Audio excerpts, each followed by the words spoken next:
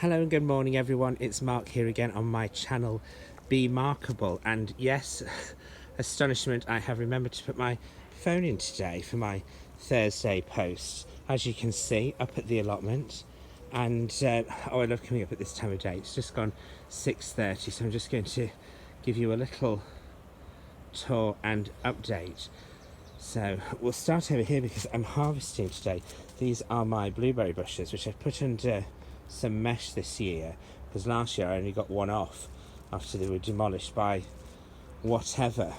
It was out incredibly sour, but I was determined to have one. This was the one that nearly got thrown out. I was looking at it and I thought, is that the dahlia coming back? So I asked my mum, she's into flowers, and she said, yeah, they come back each year if they're a certain type. So I was rather pleased at that.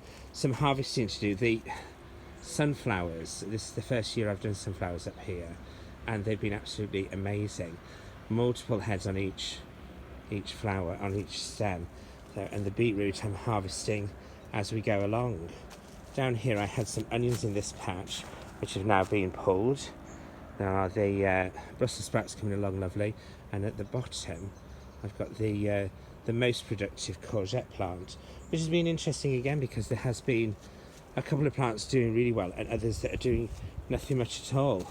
Down here, the strawberries, I'm sure I'm going to have to do something about that because they are going out of control.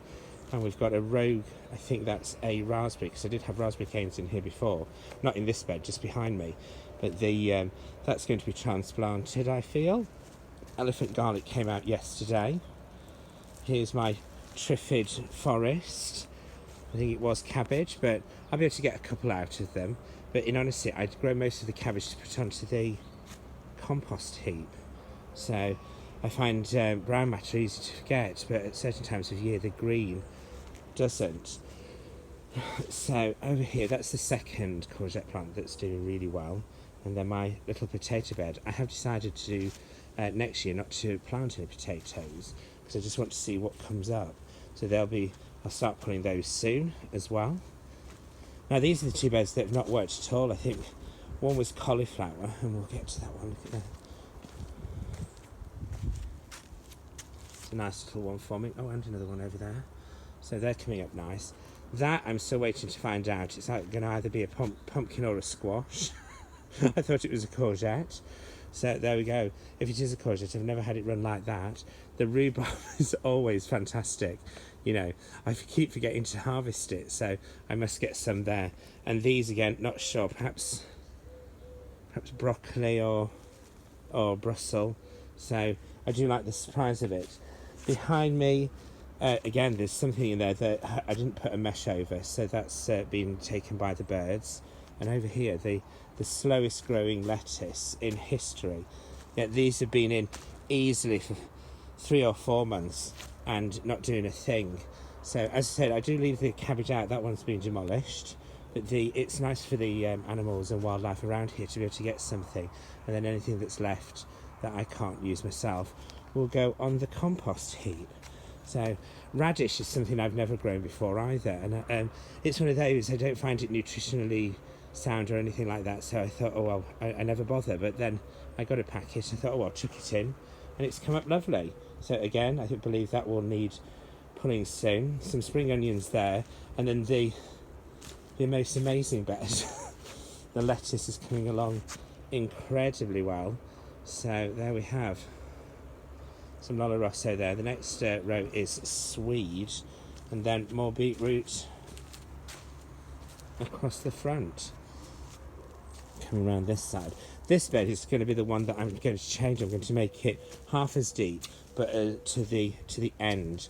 So, and it will be a dedicated flower bed. And then in here, we've got some tomatoes coming. I did pull a few of the little sun gold yesterday, which was very tasty. And then the others are coming nicely. I think I've got one shell in, I can't remember the other two. So there we go with that side. Polytunnel project will be coming later in the year. I just want to extend it a little bit. There is the potting shed. I'm coming along nicely. Just waiting for my dad to come across again, because the next stage is putting the polythene over the top. He says it's quite tricky. But then over here, just going wonderfully. I have to check this one, but I think that's the plum tree. Oh no, that's the pear, conference pear. So hopefully we'll be getting something on that next year. The sunflowers are dwindling a little bit over here, but we're getting lots of activity. But it is quite interesting. These were in considerably before the other one on the other side, and it's not as long as the other one. I think it's because of the restriction of the sun. So there we are. This is my little corner, this is my little seat. But there's lots going on in here. Let's see if I can find it. Here we are. Nice little one in there.